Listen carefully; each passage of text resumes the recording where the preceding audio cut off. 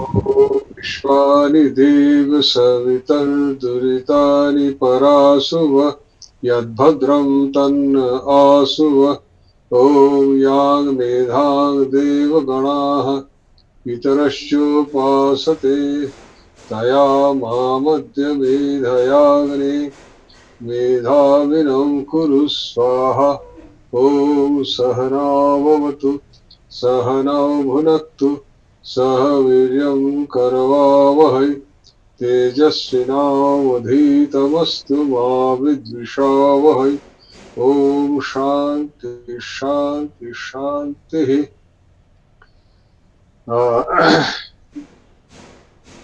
अब हम लोग अपनी गीता की क्लास में आगे बढ़ेंगे। 10वें अध्याय पर हम लोग चल रहे थे और हम लोगों ने 27वें श्लोक तक पढ़ा था। उच्चैः समसमश्वानां विद्धि माम अमृतोद्भवम् ऐरावतं गजेन्द्राणां नराणां च नराधिपम्। तो इसको हम लोगों ने देखा था, पर इसको आरंभ करने से पहले पिछली बार रामकृष्ण शर्मा आपने कुछ पूछा था। मैं समझता हूँ उस पर कुछ प्रकाश डाला जाए। आपने कुछ पूछा था ना, आदित्य वसु रुद्र क्या है, इस पर कुछ पूछा था कि इसमें तो नहीं था, पर आप बता दें तो बहुत अच्छा होगा। आदित्य वस्तु एक बार ये 33 की संख्या पूरी हो जाएगी तो अच्छा होगा। शायद आपने मेरे मन की बात सुन ली सर। तो नहीं, मुझे याद आया कि आपने कुछ पूछा था। मैंने आपसे कहा था कि अगली कक्षा में बताऊंगा, तो मैंने कहा कि इससे पहले कि आगे शुरू करूं कि आपके प्रश्न का समाधान कर दिया जाए, क्योंकि आदित्य रुद्र वसु की इसमें पहले आ चुका है, बात कही जा चुकी है, तो इसलिए इसमें इसको बता दिया जाए कि इस पर चर्चा कर लिया जाए कि इसमें कहा है 21 श्लोक, आदित्यानाम अहम विष्णु ज्योतिषाम रविर्षुमान मरीचि मरुताम अस्मि नक्षत्राणाम अहम शशि। और फिर उसमें आगे भी कहा है रुद्राणाम 27 में रुद्राणाम शंकरश्चास्मि वित्तेषु यक्ष रक्षसाम वसूनाम पावकश्चास्मि मेरु। तो रुद्राणाम शंकर, वसुनाम पावक और आदित्यानाम विष्णु। तो आदित्य रुद्र वसु इनको मिला के 31 देवता होते हैं।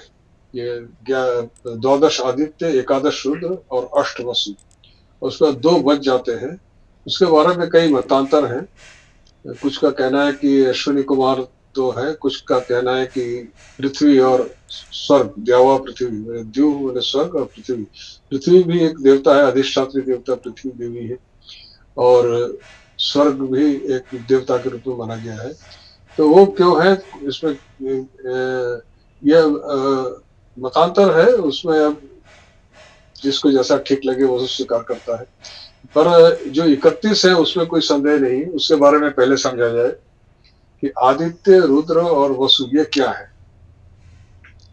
कुछ पौराणिक मान्यताएं हैं, पौराणिक जो कथानकें हैं, उनमें जाने से कुछ इसके उसके भाव प्रकट नहीं होते। हमें उसके तात्पर्य को समझना होगा कि आदित्य क्या है।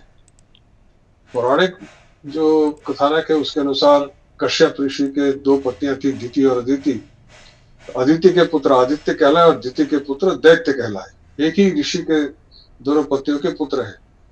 इसलिए जो इंद्रादि देवता है और हिरण्यकशिपु इत्यादि ये सब सौतेले भाई हैं। तो परंतु आदित्य, ये जो 12 आदित्य है देवता है, इनका जो अभिप्राय है कहने का, आदि का एक और अर्थ होता है कि आदि मतलब सृष्टि के आरंभ में जिनकी उत्पत्ति, अर्थात ये वो देवता है जिनके माध्यम से सृष्टि की क्रिया होती है। इनकी उत्पत्ति जब प्रलय के समय सृष्टि समाप्त होती तब ये उत्पन्न होते हैं और आगे की सृष्टि की उत्पत्ति क्रिया को ये आगे बढ़ाते हैं। तो ये इसलिए आदित्य कहलाए कि ये सृष्टि के आदि का कारण, आदि अर्थात आरंभ कराते हैं, सृष्टि आरंभ कराते हैं। और सृष्टि जब आरंभ हो गई तो उसके बाद जो उसमें वस्तुएं हैं, जो चीजें हैं, वसु अष्ट वसु हैं, 8 वसु। ये जो द्वादश आदित्य है, मतलब ये सृष्टि क्या 12 प्रकार से चलती है। द्वादश आदित्य का अलग अलग नाम है, और नामों में जाने की आवश्यकता नहीं है। ये समझ लीजिए कि वो सृष्टि प्रक्रिया 12 प्रकार से होती है, इसलिए वह 12 नामों में उसको बताया गया है। और उसके बाद वस धातु से वसु, ये अष्ट वसु है, वस धातु से वसु शब्द निष्पन्न होता है। अर्थात अब जो सृष्टि हुई तो उसको बसाना है। उनके जो प्राणी कुल है, जो भी है, उसके जो उसकी व्यवस्था होनी है। कोई भी आता है, कहीं पर आता है, तो उसको अपने बसने के लिए कुछ करना पड़ता है ना। कोई भी जीव है, वो अपने लिए गुफा ढूंढता है। कोई प्राणी अपने लिए, चिड़िया अपने घोंसला बनाती है, मनुष्य भी, और उसके लिए भोजन इत्यादि की व्यवस्था। ये अष्ट वसु, ये जो 8 प्रकार से ये जो जीव उत्पन्न होते हैं, इनको बसाने का कार्य करते हैं। अर्थात इनका स्थिति, जो बीच की स्थिति होती है, वह स्थिति, यह वसु का काम है, 8 वसुओं का काम है। उसके बाद एकादश रुद्र है। रुद्र रुधिर धातु से बना है, मैंने रोदयति, मैंने जो रुलाते हैं वो रुद्र है। तो रुलाते हैं क्या मतलब है? आदमी कब रोता है? जब किसी की मृत्यु होती। वैसे तो रोते बहुत कारण से, पर मृत्यु होने पर, किसी की मृत्यु होने, घर पर सब लोग रोते हैं। यानी मृत्यु ऐसी वस्तु है जिस और चीजों से तो आप अपने आप को रोक भी सकते हैं रोने से, पर अपने किसी प्रिय की मृत्यु हो जाती है तो अपने आप को कोई रोने से रोक नहीं सकता। तो वो इसलिए संहार के देवता रुद्र है। तो एकादश रुद्र है, वो शंकर, इसलिए शंकर को रुद्र कहा गया है। आपने ब्रह्मा विष्णु महेश सुनाई है। विष्णु, आप जो 11 आदित्यों में एक विष्णु भी है, जो आदित्यों में मैं विष्णु हूँ, तो वही सृष्टि के जो कर्ता है वो विष्णु है, और उसी को पालन भी वसु के रूप में करते हैं। वो सभी वही कह रहे हैं, मैं ही सब में हूँ, और वसुओं में मैं पावक हूँ, मतलब पवित्र करने वाला। और जो पावक मतलब अग्नि। आप जानते हैं कि जो मैंने अभी कहा, वसु क्या है कि जो बसाने के लिए, अर्थात जीवन को धारण करने के लिए।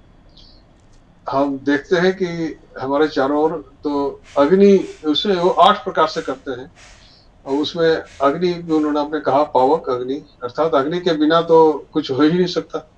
हमारे शरीर में ताप है, सब में है, अग्नि ही ने ही जीवन को बना रखा है। सूर्य के ताप से सब कुछ चल रहा है। तो ये सब वो वसुओं का काम है, 8 प्रकार से करते हैं। और रुद्र एकादश है, वे संहार करते हैं। ये रुलाना, यानी जब कोई मरता है तो रोना स्वाभाविक है। तो वही जब प्रलय होता है, संहार होता है, तो ये एकादश रुद्र, इसलिए उसको रुद्रों में मैं शंकर हूँ। शंकर को ही प्रलय का देवता माना गया है, कि जब वो प्रलय का नृत्य करते हैं, अपना तीसरी आंख खोल देते हैं, तो प्रलय हो जाती है। तो वही शंकर के रूप में वो सभी वही है, सृष्टि भी वही कर रहे हैं, पालन भी वही कर रहे हैं, और विनाश भी वही कर रहे हैं। तो तीनों में उन्होंने अपने आप को बताया है कि आदित्यों में मैं विष्णु हूँ, वसु में मैं पावक हूँ, अग्नि हूँ, और रुद्रों में मैं शंकर हूँ। अर्थात सृष्टि, स्थिति और प्रलय तीनों कार्य वही कर रहे हैं। तो आदित्य, तो ये इन 31 देवताओं के बारे में ये कह दिया गया।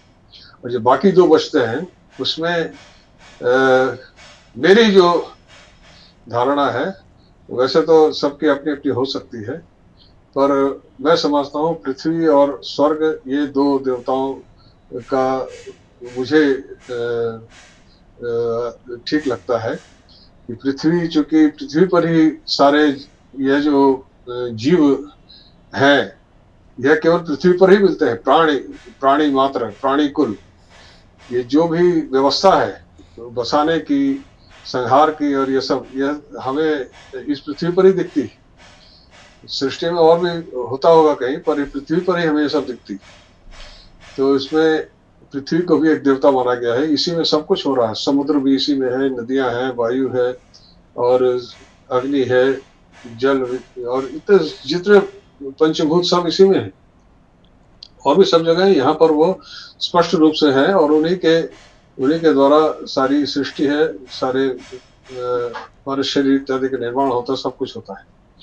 तो पृथ्वी एक है।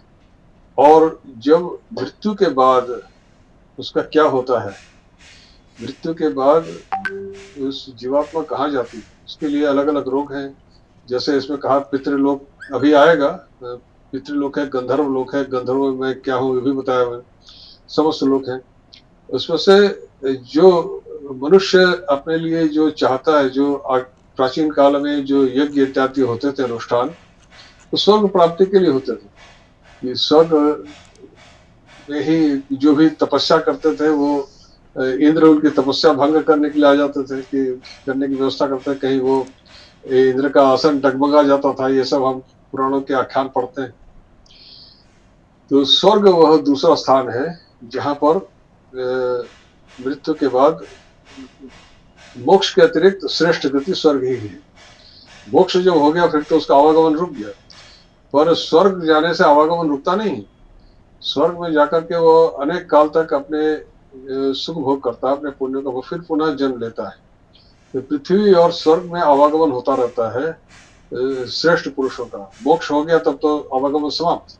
फिर ये सब आदित्यों का, रुद्रों का, वसुओं का कोई काम वहां नहीं रह जाता। आदित्य, वसु और जो रुद्र का जहां तक क्षेत्र है, कार्य क्षेत्र है, उसी में पृथ्वी और स्वर्ग भी है। तो इसलिए पृथ्वी और स्वर्ग इसको इसमें लिया गया है कि मृत्यु के बाद, संहार के बाद जीव का कहाँ जाना होता है, वह स्वर्ग है। जब तक पृथ्वी पर है तब यह शरीर मरणशील है, और मृत्यु के बाद वह जो स्वर्ग गया तो वहां जन्म मृत्यु नहीं है। वह जब तक रहेगा तब तक वह वहां के स्वर्ग सुख भोग करेगा, फिर उसका पुण्य समाप्त होने पर पुनः पृथ्वी पर आएगा। इसलिए इन दोनों को भी देवताओं के रूप में इनकी गणना की गई है। इस प्रकार से 33 देवता होते हैं। तो यह इसके पीछे भाव है। बाकी पौराणिक आख्यान तो बहुत हैं, जो मैंने बताया कि आदित्य के, और अभी आएगा कि दैत्य कुल में जो प्रहलाद और सब, ये सब भी आएगा। तो अभी आगे देखेंगे हम कि क्या क्या है। मेरे सक्सेना जी ने शुक्राचार्य के बारे में कुछ पूछा था, वो भी अभी आएगा, उस पर भी चर्चा करेंगे। तो अभी इसके आगे है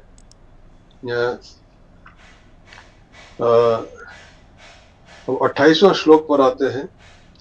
आयुधानाम अहम वज्रम धेनुनाम अस्मि कामधुक् प्रजनश्चास्मि कंदर्पः सर्पाणाम अस्मि वासुकी। तो इसमें देखिए आयुधानाम अहम वज्रम, इसमें पदच्छेद करेंगे तो क्या होगा, आयुधानाम अहम वज्रम धेनुनाम अस्मि कामधुक् प्रजनश्चास्मि कंदर्पः सर्पाणाम अस्मि वासुकी। इसके पहले तो सब हमने पढ़ाई, इसमें सब वो सबकी श्रेष्ठ जो एक एक चीज को बताते जा रहे हैं, अपनी विभूतियों को, कि जिसमें से कौन जो श्रेष्ठ है उसी को बता रहे हैं।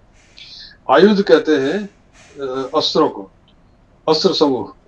इसमें आ उपसर्ग है और युद्ध धातु है। तो आयुध्यते अनेन, जिसके द्वारा युद्ध किया जाए, आ उपसर्ग है और युद्ध धातु है, युद्धति ऐसा रूप बनता है। तो आयुध्यते अनेन बोले जिसके द्वारा युद्ध किया जाए उसे आयुध कहते हैं। तो इसलिए अस्त्र को आयुध कहा जाता है। आयुधा नाम अहम वज्रम, इसलिए जितने प्रकार के अस्त्र हैं उसमें मैं वज्र हूं, इंद्र का वज्र, जिसे आप इंग्लिश में कहते हैं ना थंडरबोल्ट। तो वज्र वह है जिससे कोई बच नहीं सकता। तो वज्र जिसके ऊपर गिर जाता है वो नष्ट होना ही है उसको। आप देखते हैं ना कि कहते हैं ना बिजली गिर गई किसी के ऊपर, जैसे बिजली गिर, वज्रपात हो गया कहते हैं, जैसे कोई सब नष्ट हो कहते हैं वज्रपात हो गया। वज्र ऐसा है, इंद्र का अस्त्र, जिस पर गिरता है उसको नष्ट करके ही छोड़ता है। तो दधीचि मुनि की अस्थियों से यह वज्र बना था, और उसको वह इंद्र के अस्त्र के रूप में उसको माना जाता है। तो वह सर्वश्रेष्ठ आयुध है, मतलब वह जिसके ऊपर गिरता है वह बच नहीं सकता। धेनु नाम अस्मि काम दुख। धेनु, धेनु कहते हैं गाय। अब धेनु शब्द को भी समझिए थोड़ा सा, कि आपको अनुवाद में मिल जाएगा गाय, पर केवल गाय कहने से धेनु शब्द की पूरी उसका भाव व्यक्त नहीं होता।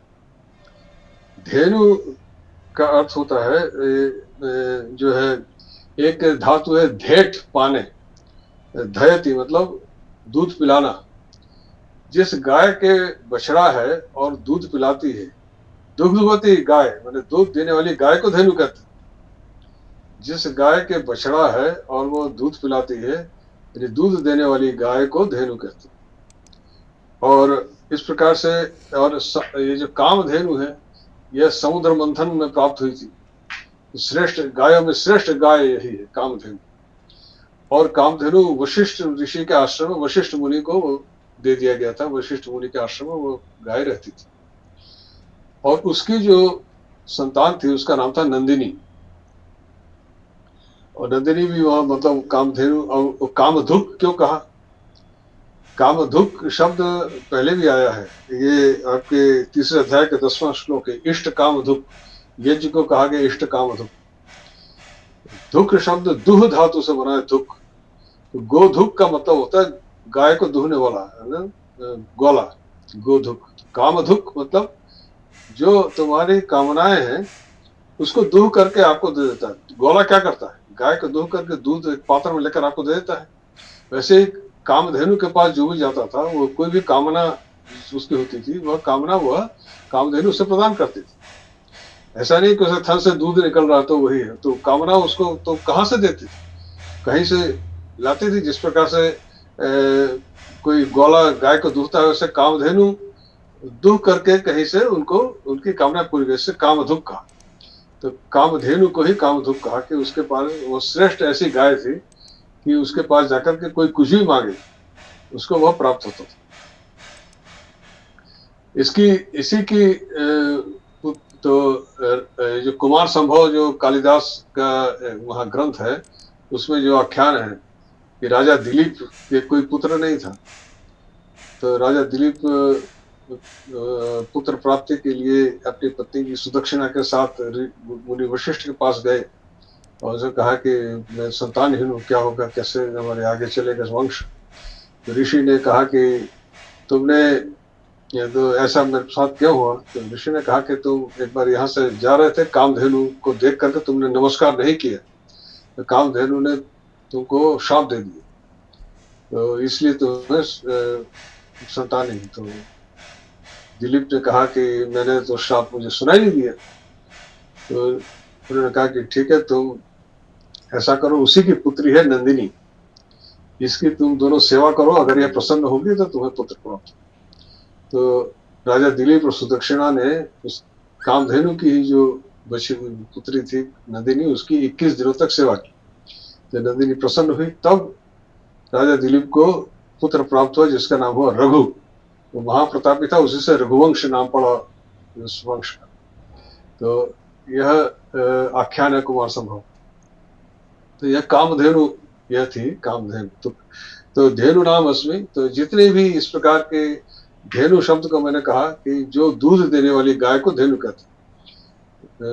और तो ऐसे दूध देने वाली गायों में श्रेष्ठ गाय कामधेनु है, तो मैं कामधेनु। फिर प्रजनश्चास्मि कंदर्पः सर्पाणाम अस्मि वासुकी। प्रजनश्चास्मि कंदर्पः, कंदर्पः कहते हैं कामदेव को।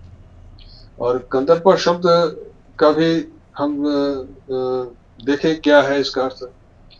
कम एक शब्द है जिसका अर्थ होता है, वो अव्यय है, उसका अर्थ होता है सुख, सुखम। और द्रिप एक धातु है, उससे मिलकर के कंदर्प शब्द बनता है, अर्थात सुख देने वाला, जो मोहित करने वाला, ऐसा सुख जिससे मोहित हो जाता है।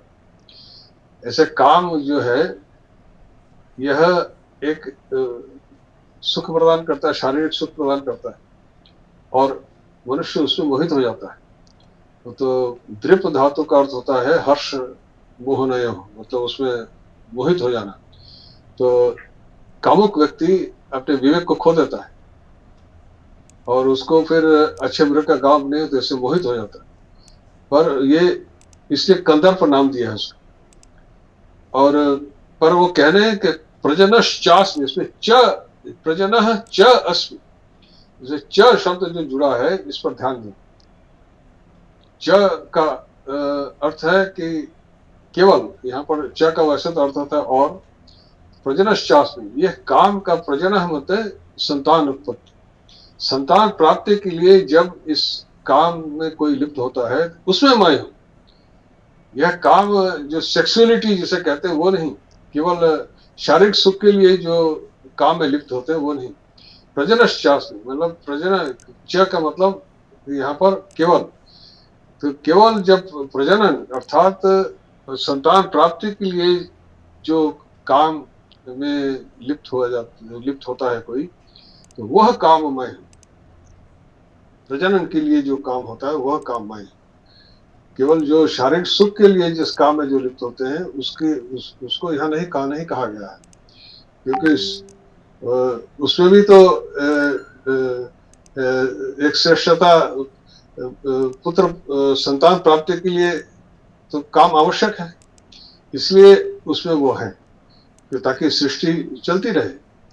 लेकिन केवल शारीरिक सुख के लिए कोई करता है तो वह त्याज्य है, उसमें वो नहीं कह रहे, मतलब नहीं है कि मतलब है तो समझे, पर वो केवल श्रेष्ठ की बात कर रहे हैं। काम में भी श्रेष्ठता और निकृष्टता है। जो निकृष्टता है वह केवल शारीरिक सुख के लिए जो लिप्त होता है वो निकृष्टता है, और केवल उस काम की श्रेष्ठता कब है, जब केवल संतान प्राप्ति के लिए उसमें लिप्त हुआ जाए, तभी जो स्त्री पुरुष के बीच मैथुन होता है वो केवल संतान प्राप्ति के लिए अगर हो तब उसमें मैं हूं, और वही श्रेष्ठता है। मतलब श्रेष्ठ वस्तुओं में अपने आप को, अपनी विभूति दिखा रहे, बता रहे। फिर कह रहे हैं सर्पाणाम अस्मि वासुकी, ये सांपों की एक बार आगे फिर अगले श्लोक में कहा अनंतश्चास्मि नागा नाम। तो इन दोनों के एक साथ इसलिए ले रहा हूं ताकि इन दोनों में जो भेद है वो समझ में आए। ये सर्प और नाग केवल सांपों की दो प्रजातियां हैं और कुछ नहीं, दोनों ही सर्प ही हैं, दो सर्प प्रजातियां हैं। और सर्प जो प्रजाति है उसके राजा है वासुकी, और जो नागों की जो प्रजाति है उसमें श्रेष्ठ है अनंत, जिसको श्रेष्ठ नाग भी कहा गया है, जिसमें स्वयं विष्णु विश्राम करते हैं शेष नाग की शैया पर। तो उसको अनंत क्यों कहा गया उसको अगले श्लोक में अभी बताएंगे। तो सर्पाणाम अस्मि वासुकी, तो सर्पों में मैं वासिक हूं। और इसमें ये दो प्रजातियां हैं। सामान्यतः यह माना जाता है कि सर्प विषधर नहीं होते, नाग विषधर होते हैं। यह सामान्य जो प्रजातियों में जो भेद है। और इसलिए तक्षक नाग, जिसने उनको परीक्षित को डसा था, तक्षक एक नाग थे, सर्प नहीं। तक्षक को नाग कहा गया है क्योंकि उनमें विष था, उन्होंने डसा था उन्होंने परीक्षित को, और उससे परीक्षित की मृत्यु हुई थी। परंतु जब जन्मेजय ने सर्प यज्ञ आरंभ किया, उसका नाम था सर्प यज्ञ। उसमें सभी लोग सभी आ गए, नाग भी आ गए, सर्प भी आ गए, सांपों की जो प्रजाति है उसमें सब लोग आ गए। तो तक्षक नाग भी उसमें आने लगा, उड़ चला वहां से, इंद्र के सिंहासन लिपट गया। तो इंद्र की सिंहासन जब लिपट गया तो सिंहासन समेत उड़ चला, उस मंत्र में इतनी शक्ति थी। तब उसके वो तक्षक का यज्ञ में चला, तो उसके बाद वासुकी का नंबर आता है। तो वासुकी नाग ने ब्राह्मण का वेश धर के आए और जन्मेजय से भिक्षा मांगी। जन्मेजय भिक्षा दी और उन्होंने जब की रुकवा दिया। तब सफेद थमा और तक्षक नाग बच गए और वासुकी स्वयं भी बचे। तो सर्प और नाग एक ही है, बस उनकी अलग प्रजाति है। तो सर्पों के राजा है वासुकी, और यही कहा है कि इसलिए सर्पाणाम अहम अस्मि वासुकी, मैं सर्पों में मैं वासुकी। अनंतश्चास्मि नागानाम वरुणो यादसाम अहम, नागों में और उसकी जो दूसरी प्रजाति है नाग, उसमें मैं अनंतश्च अस्मि, मैं उसमें अनंत हूँ। अनंत शेष, अनंत का और दूसरा नाम है शेष नाग, जिस पर स्वयं विष्णु शया करता है। अनंत क्यों कहा? आपने चित्र देखा होगा कि जो शेषनाग है जिसमें विष्णु लेटे हैं, उनके उस शेषनाग के जो फन है उसमें न जाने कितने मस्तक हैं, अनगिनत है, गिन नहीं सकते, इसलिए उसको अनंत कहा है। तो अ, अ, जो शेष नाग के जो फनों की कोई गिनती नहीं, उससे कितने फन हैं, जो इसलिए बहु फन वाले हैं, इसलिए उनको अनंत कहा है। तो अनंत और शेष नाग है वही एक है। तो जितने नाग वंश है, जितने उसमें श्रेष्ठ मैं हूँ, वो अनंत हूँ, जिसमें वो स्वयं लेटे हुए हैं। फिर वरुण यादसाम हम, जो यादस कहते हैं, समुद्र में रहने वाले जो विशाल काय जल जंतु होते हैं, उनको यादस कहते हैं। तो समुद्र में रहने वाले बहुत से विशाल काय जंतु हैं, आप जानते हैं, व्हेल मछली से लेकर के पता नहीं कितने बड़े बड़े जीव जंतु समुद्र में रहते हैं। नदियों में तो छोटी छोटी मछलियां ही रह सकती हैं, पर व्हेल मछली जैसे विशाल काय जीव समुद्र में ही रह सकते हैं। तो वरुण है उन्हीं समुद्र को के अधिष्ठात्री देवता। मैंने कहा ना कि जिन वस्तुओं को हम जड़ वस्तु समझते हैं, हमारे वैज्ञानिक दृष्टि से, साइंटिफिक जैसे कहते हैं, कि जिनको जड़ वस्तु कहा गया है, जैसे अग्नि, सूर्य इत्यादि, हमारे ग्रंथों में उनको जड़ नहीं माना गया। उनके पीछे एक अधिष्ठात्री देवता को माना गया है, क्योंकि उनका जो कार्य है वह कोई उसको नियमित कर रहा है, वह स्वयं अपने आप नहीं कर रहे हैं। अगर सूर्य ताप दे रहा है पृथ्वी को, तो कितना ताप पृथ्वी पर आना चाहिए, इसको किसने कंट्रोल किया? जिस आजकल ग्लोबल वार्मिंग हो रही है, तो लोग बड़े परेशान हैं कि बढ़ गया तो सब समाप्त हो जाएगा। तो जितने ताप यहाँ आवश्यक है, जिसमें जीव रह सकता है, उतना ही कैलकुलेटेड है। उसमें परिवर्तन होगा तो उथल पुथल हो जाएगा। तो यह किसने किया? इसलिए यह सब जो अधिष्ठात्री देवता हैं, उनको उनके माध्यम से सारा कार्य हो रहा है। इसलिए इनको जड़ वस्तु नहीं माना गया है हमारे ग्रंथों में या शास्त्रों में। इनके पीछे अधिष्ठात्री देवता को माना गया है, और वो देवता उसी ब्रह्म अर्थात भगवान जो परम परमात्मा है, उन्हीं के आदेश पर वो चलते हैं। कठोपनिषद में यही सब बताया गया है। तो कह रहे हैं कि वरुण यादसाम, वो समुद्र, जो इतने समुद्र में जीव जंतु रहते हैं, तो उनका अधिष्ठात्री देवता के रूप में मैं हूँ, मतलब उन सब का स्वामी मैं हूँ। समुद्र का अधिष्ठात्री देवता हुए, मतलब समुद्र रहने वाले जितने बड़े उससे बड़े जीव जंतु है, उसका भी स्वामी वही हुए। उनकी इच्छा के बिना वो वहां नहीं रह सकता। फिर पितृणाम अर्यमा चास्मी यम संयताम हम संयमताम हम। पितृणाम अर्यमा, ऐसे जैसे हमने लोकों की वर्णना की ना, मृत्युलोक है पृथ्वी, ऐसे ही एक पितृलोक है, गंधर्व लोक है, स्वर्ग लोक है, अलग अलग लोक है, जो हमें दूरबीन से नहीं दिखाई दे सकते। वह सूक्ष्म एक जो स्थिति है, या सूक्ष्म जगत है, वो है। वह हमें, वह इंद्रिय ग्राह्य नहीं है। इंद्रियों से उनको पकड़ो, इंद्रिय ग्राह्य तो हमें जो दिखता है वही इंद्रिय ग्राह्य, पर जो हमें इंद्रियों से नहीं दिखता, वह इंद्रिय न होने से वो सूक्ष्म जगत है। पर वो है, क्योंकि भगवान कह रहे हैं, ऋषि मुनि कह रहे हैं, उन्होंने, वो देख सकते हैं, उनकी अंतर्दृष्टि है, उससे देख सकते हैं। तो क्या पितृणाम, पितृ भी एक योनि है।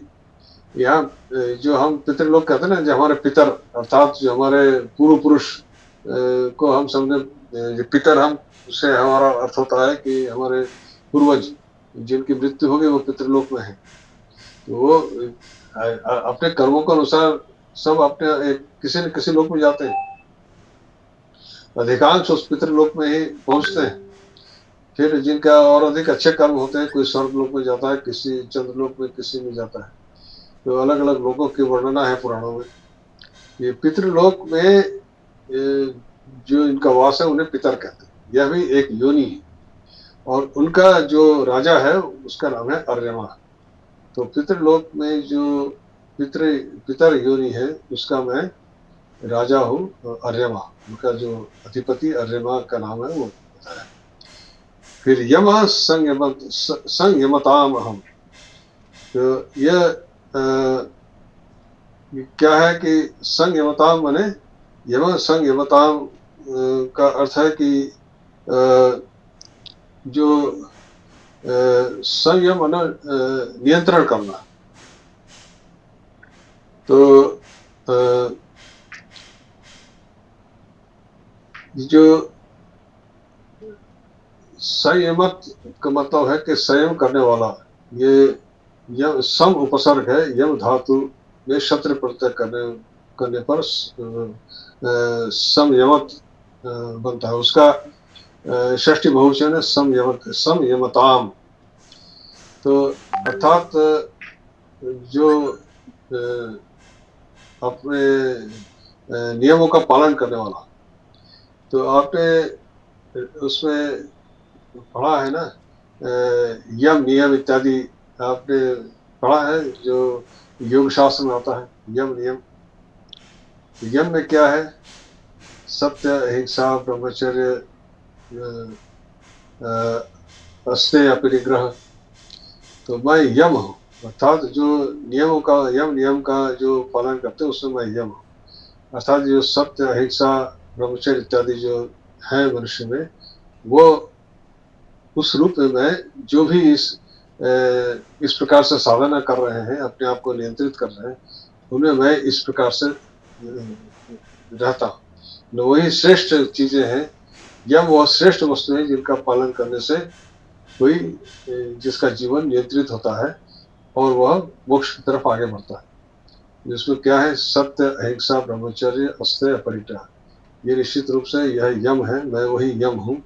और इस प्रकार से मैं उसमें संयमताम। संयमताम में सम उपसर्ग है, यम धातु है, शत्रु प्रत्यय है।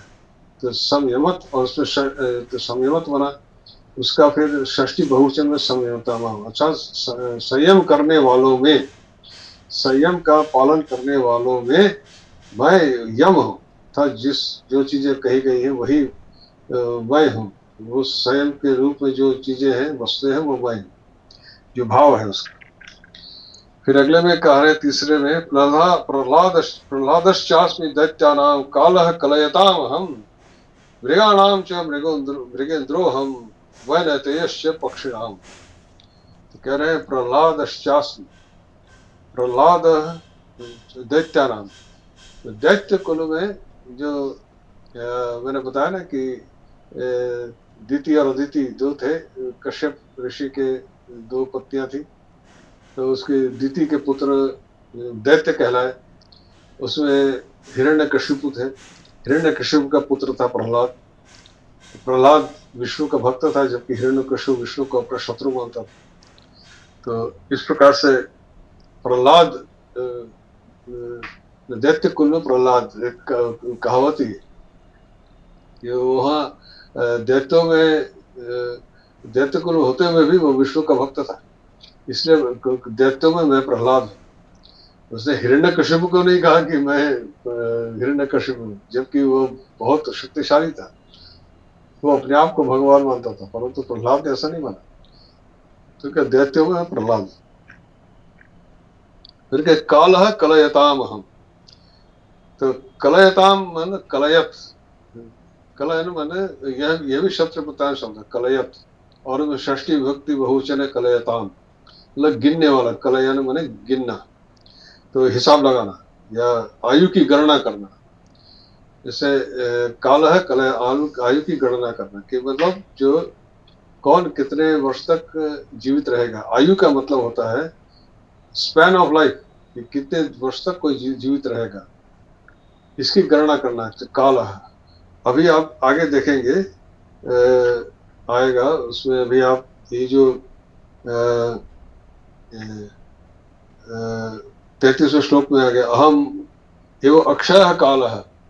तो 33वें श्लोक में आएगा, उसका यहाँ पर समझिए एक पूर्व परिचय है कि काल है कलयताम हूं, कि जो जिनकी आयु गिनी जा सकती, अर्थात एक निश्चित समय तक ही कोई जीवित रह सकता है। जिसने भी जन्म लिया है वो एक निश्चित काल तक जीवित रहेगा, वह बिल्कुल अनंत काल तक जीवित नहीं रह सकता, एक निश्चित काल तक ही जीवित रहेगा। उस काल की गणना तो उसे काल कलयताम, तो निश्चित काल की जो गणना होती है वह काल मैं हूँ, कितने काल तक जीवित रहेगा वह निर्णय करने वाला मैं हूँ। तो वह काल है, इस प्रकार से काल कहा क्योंकि उस कोई भी वस्तु जो जिसने जन्म लिया है वह निश्चित काल तक ही जीवित रहेगा, उससे अधिक नहीं रह सकता, और इसी को कलयताम कहा। फिर कह रहे हैं मृगाणाम च मृगेंद्रो हम। मृगाणाम, मृग सामान्यतः हम जाते हैं हरिण को समझते हैं, हिरण, पर मृग का एक सामान्य अर्थ जीव जंतुओं से भी है, मतलब पशु, पशु से है। तो मृग इंद्र, और इंद्र का मतलब राजा, मतलब जो देवताओं का राजा इंद्र, तो पशुओं का राजा इंद्र, मृगेंद्र मतलब सिंह। तो इसलिए मृगेंद्र कहा, सिंह को कहा। मृग मतलब पशुओं का राजा, सिंह मैं हूँ। वैनतेयश्च पक्षिणाम। वैन वैनतेय कहते हैं गरुड़ को। गरुड़ की माँ का नाम था विनता। विनताया अपत्यम वैनतेयम, इसलिए वैनतेय कहा। गरुड़ की माँ का नाम विनता से वैनतेय नाम हुआ। तो गरुड़ पक्षी, पक्षियों में गरुड़ पक्षी सर्वश्रेष्ठ है, सबसे अधिक गतिशील है, और स्वयं विष्णु का वो वाहन है। और तो इसलिए गरुड़ पक्षी से अधिक वेगवान गतिशील कोई दूसरा पक्षी है नहीं।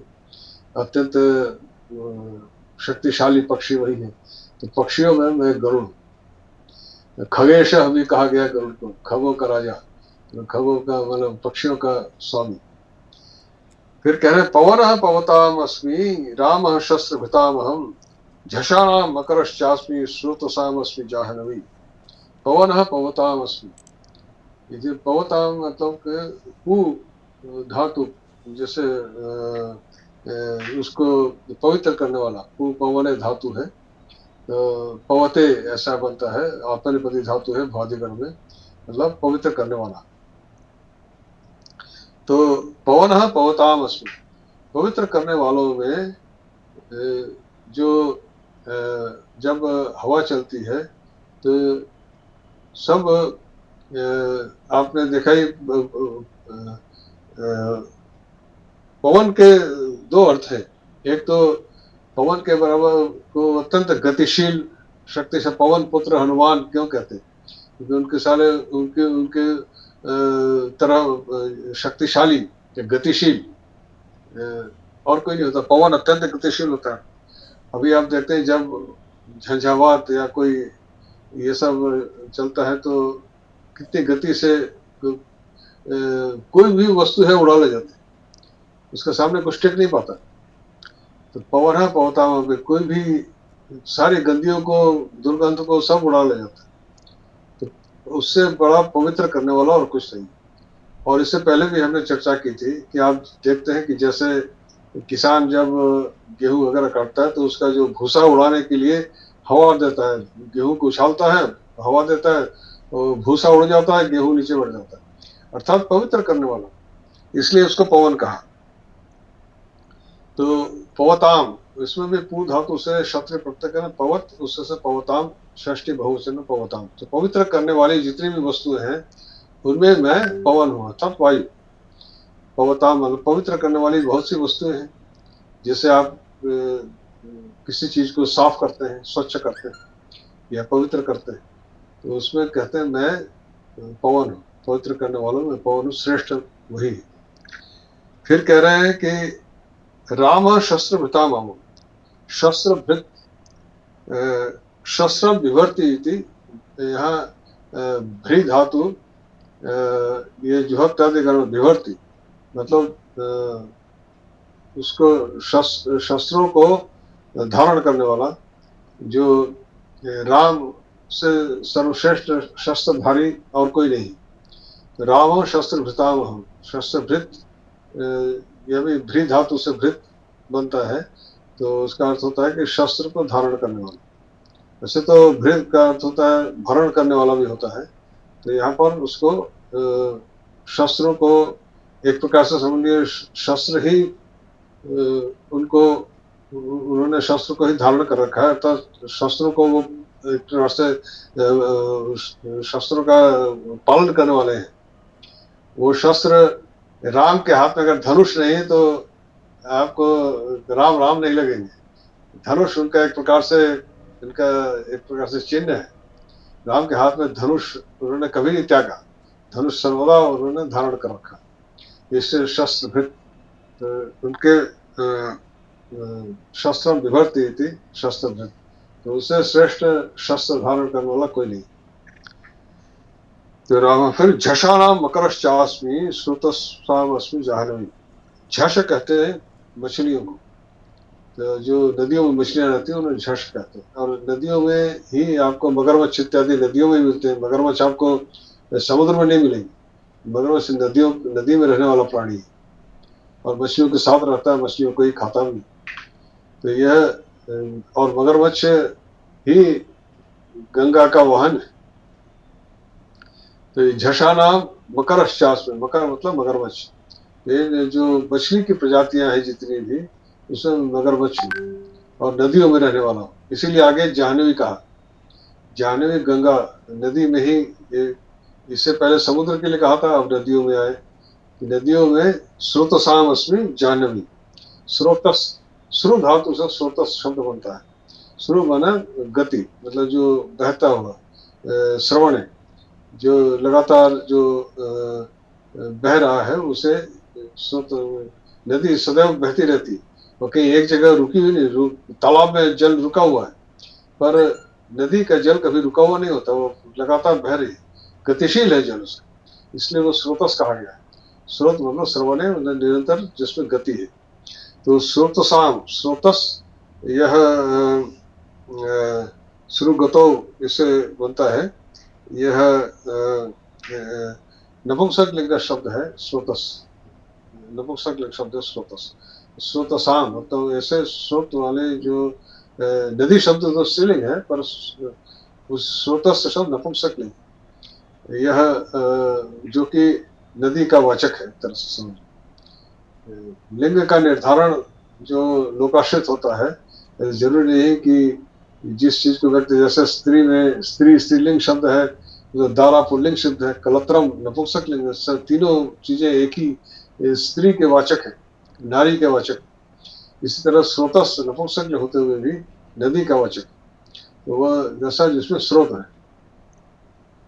तो स्रोतसाम, इन नदियों स्रोत वाली जो जितनी वस्तु है जिनमें स्रोत है अर्थात गति है, उनमें मैं जाह्नवी हूँ अर्थात गंगा हूँ। गंगा के ही वाहन है मकर। इस मकर भी यहाँ पहले कह दिया, गंगा देवी का वाहन है मगरमच्छ। फिर आइए, सर्गा नाम आदिरंतश्च मध्यं चैव अहम अर्जुन अध्यात्म विद्या विद्या नाम वादः प्रवर्तताम अहम। सर्गा नाम, सर्ग मतलब सृजन्ते इति सर्गा, सृष्ट पदार्थ समूह, जैसे आकाश आदि, जैसे पृथ्वी आकाश इत्यादि जो जिस चीज की सृष्टि हुई है, तो इसमें क्या है,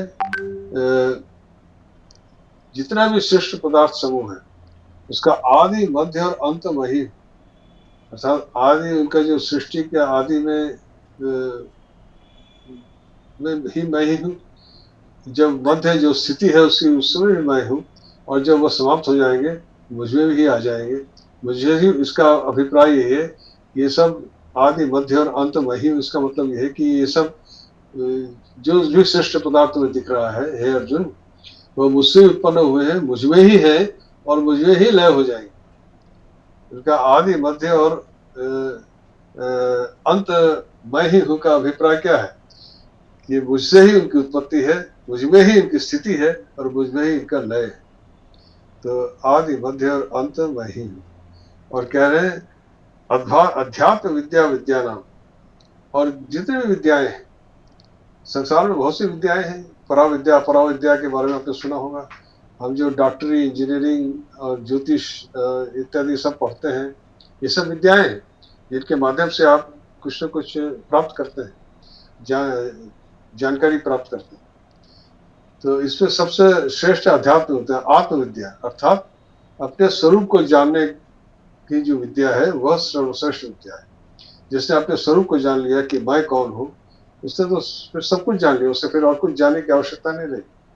हम जब तक अपने को अपने स्वरूप को नहीं जान पाते हैं और इस शरीर को ही समझते हैं कि मैं हूँ, तब तक हम दूसरी विद्याओं में लगे रहते हैं। कोई इंजीनियर बन रहा है, कोई डॉक्टर बन रहा है, कोई कुछ और बन रहा है, कोई जिस अलग अलग वृत्तियों में अपने लोग हैं, और उस वही एक विद्या है कोई भी चीज जब आप आरंभ करते हैं तो एक विद्या निकल पड़ती है। एक जो कारपेंटर अच्छे अच्छे फर्नीचर बना रहा है, वह भी एक विद्या ही है। आप चाहें तो फर्नीचर नहीं बना सकते, आपको कह दिया कोई लकड़ी दे दी जाए, कह इससे कुर्सी बना दो, आप बना लेंगे क्या? एक दर्जी जो कपड़े सिलता है वो भी एक विद्या है। आपको कपड़े की थान दे दी जाए कि तो शर्ट बना दो, तो बना लेंगे? नहीं बना पाए, तो सीखना पड़ेगा, वह भी एक विद्या है। तो कोई भी कार्य करने की जो कौशल होता है वो विद्या है।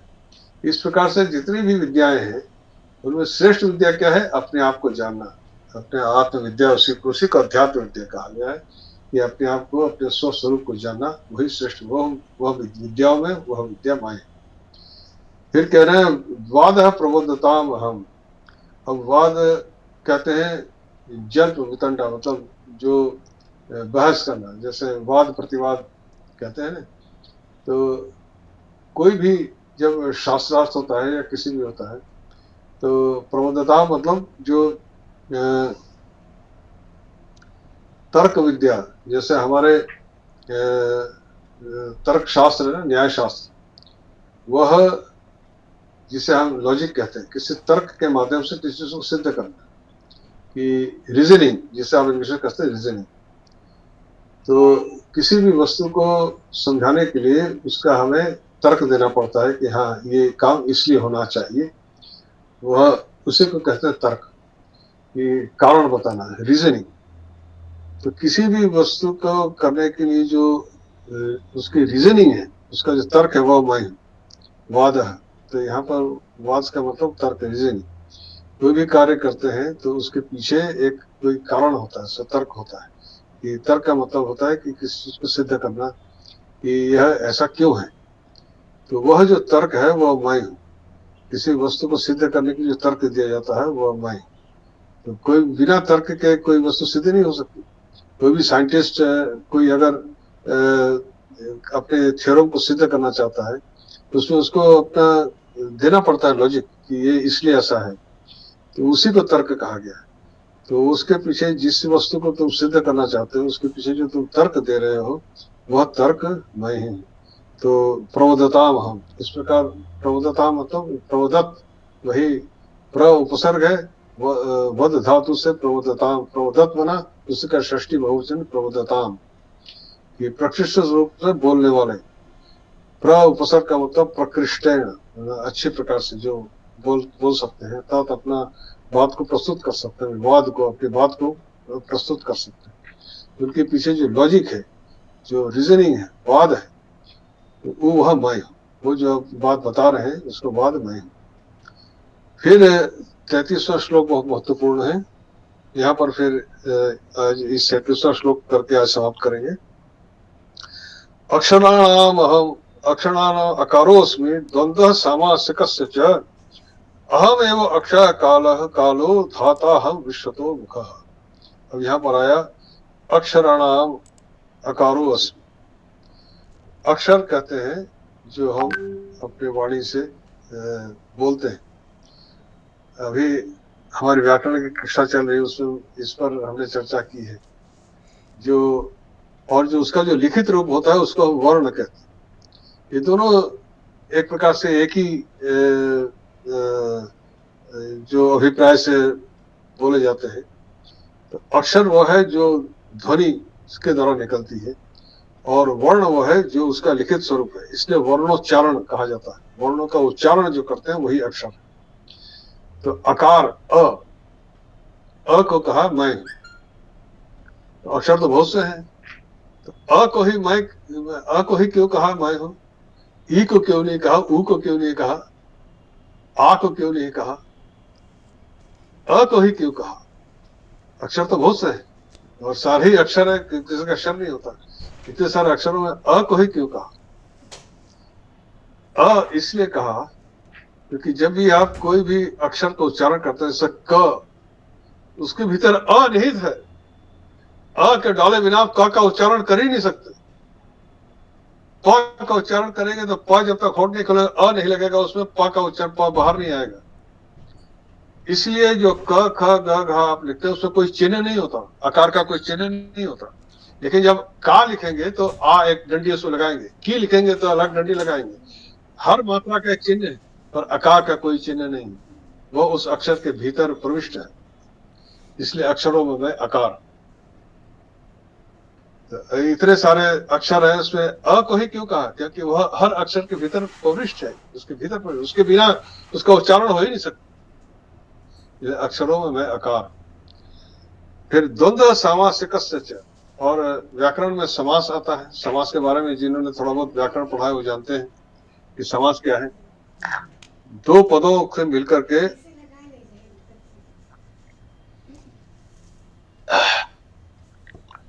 दो पदों को मतलब जब कई पद मिलकर के एक पद हो जाते हैं तो उसको समास कहते हैं। संक्षेप करना, समास का मतलब संक्षेप करना। तो सामान्य से दो पदों को मिलकर के एक पद बनना समास होता है। तो समास चार प्रकार के होते हैं: अव्ययीभाव समास, तत्पुरुष समास, बहुब्रीहि समास और द्वंद्व समास। तो इन चारों समासों में भेद क्या है? अव्ययीभाव समास पूर्व पद प्रधान होता है, उसमें पहला पद प्रधान होता है। जैसे यथाशक्ति ही, वह पूरा पद फिर अव्यय की तरफ प्रयुक्त होता है, उसको रूप नहीं चलता, उससे पहला पद प्रधान होता है, जितनी शक्ति उतनी। तत्पुरुष समास में दूसरा पद प्रधान होता है, द्वितीय पद। जैसे गृह स्वामी, गृह का स्वामी, तो स्वामी प्रधान है, गृह अप्रधान है, तो यहाँ षष्ठी तत्पुरुष उसको कहते हैं। तो इसमें दूसरा पद प्रधान होता है, उत्तर पद। और बहुब्रीहि में कोई अन्य पद प्रधान होता है, जैसे दोनों में से कोई नहीं, कोई तीसरा ही प्रधान। जैसे पीताम्बर, पीतम अंबरम यस्य सह, जिसका कपड़ा पीला है वह पीताम्बर सह कृष्ण, तो वो की तीसरे के लंब कर्णो, लंबो कर्णो यस्य सह, जिसके लंबे कान है वह, जैसे गदा, तो लंब कर्ण, लंबो कर्णो यस्य सह, तो ये तीसरा ही कोई है। तो लंब कर्णम आने कहने से कान लेकर के नहीं आएगा कोई, उस जिसके लंबे कान है उसको लाया जाएगा। और द्वंद्व में उभय पद प्रधान, मतलब दोनों ही पद प्रधान होते हैं। जैसे राम लक्ष्मण, राम और लक्ष्मण, राम और लक्ष्मण दोनों पद। इससे इन समासों में श्रेष्ठ समास कहा द्वंद्व। फिर अहम एव अक्षय कालः धाता अहम विश्वतो मुखः, अहम एव अक्षय कालः। अब अक्षय कालः को यहाँ सुनिए, अभी जो हमने यहाँ पढ़ा था कालः कलयताम अहम, यहाँ पर आइए 33वें श्लोक में, कालः कलयताम अहम, अर्थात जिनके आयु की गणना हो सकती है वह कालमय है। और यहाँ में कह रहे अहम अक्षय काल है, मेरी कोई, मैं ऐसा नहीं हूं कि मेरी आयु की कोई गणना कर सक, अक्षय काल है। तो जो मनुष्य कोई भी जन्म लेता है उसकी मान लीजिए आयु 100 वर्ष है, तो जैसे जैसे बड़ा होगा उसका आयु का क्षय होता जा रहा है। जब 10 साल का हो गया इसका मतलब उसे 90 वर्ष आयु रह गई, आयु को उसका क्षय हो रहा है, काल का क्षय हो रहा है। तो मैं ऐसा नहीं हूं कि मेरे काल का क्षय हो जाए, मैं अक्षय काल हूं, मेरे काल का विषय नहीं होता। अर्थात मेरी कोई आयु नहीं है कि मैं इतने दिन जीवित रहूंगा, इतने जो है मर जाऊंगा। अक्षय काल अहम धाता अहम विश्वतो मुखः, और विश्वतो मुख धाता अहम, धाता कहते हैं कि ये जो कर्म फलों को, कर्म फल प्रदान करने वाला है। धाता धातु से धाता बनता है, तो धात्री, मतलब धात्री का ही प्रथमा एक वचन है धाता। जैसे दात्री से दाता, तो धारण करने वाला, धाता का मतलब धारण करना। तो धारण करने से यहाँ क्या अभिप्राय है कि हम जो भी कार्य करते हैं उसका कोई न कोई फल हमें प्राप्त होता है, तभी ये संसार चल रहा है। आप अगर हम जो कार्य करते हैं उसका फल न मिले तो संसार चलेगा क्या?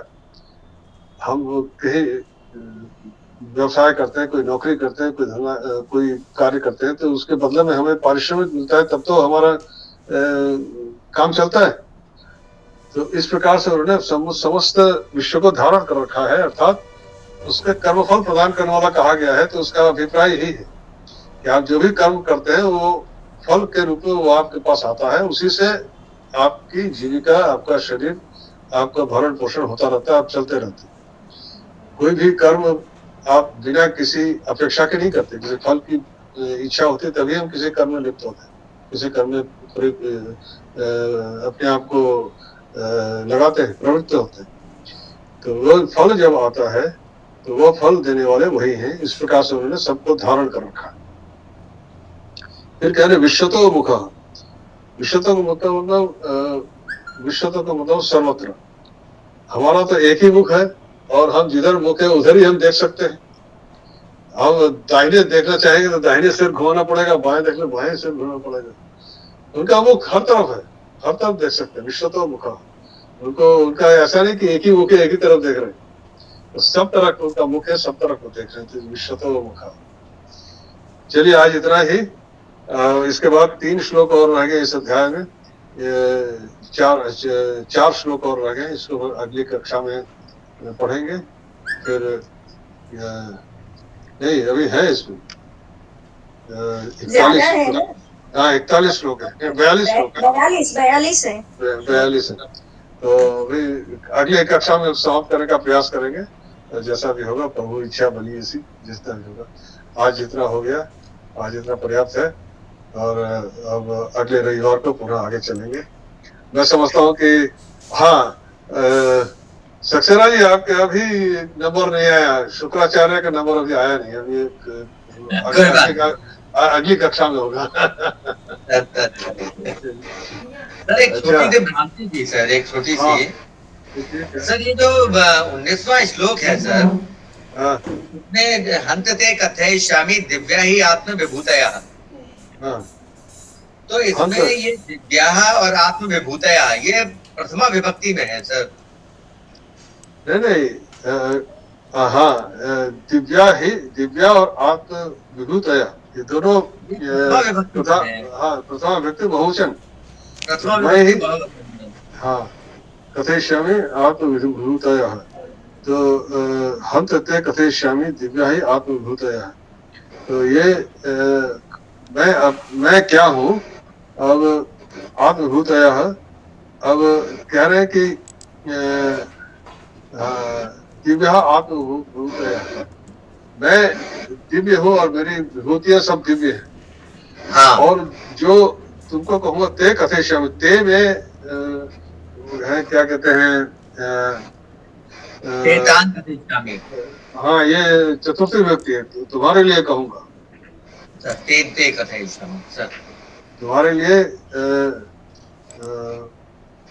मैं जो हूँ, मैं क्या हूँ, यह तुम्हारे लिए कहूंगा, ये मतलब है।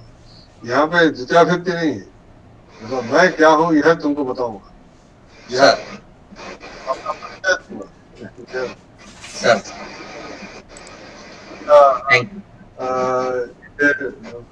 माधुरी मराठे, हाँ, शांति पाठ कीजिए। शांति पाठ। ओम शांतिरंतरिक्षं शांतिः पृथिवी शांतिरापः शांतिरौषधयः शांतिः वनस्पतयः शांतिर्विश्वदेवाः शांतिर्ब्रह्म शांतिः सर्वगुण शांतिः शांतिरेव शांतिः सामा शांतिरेव। ओम शांति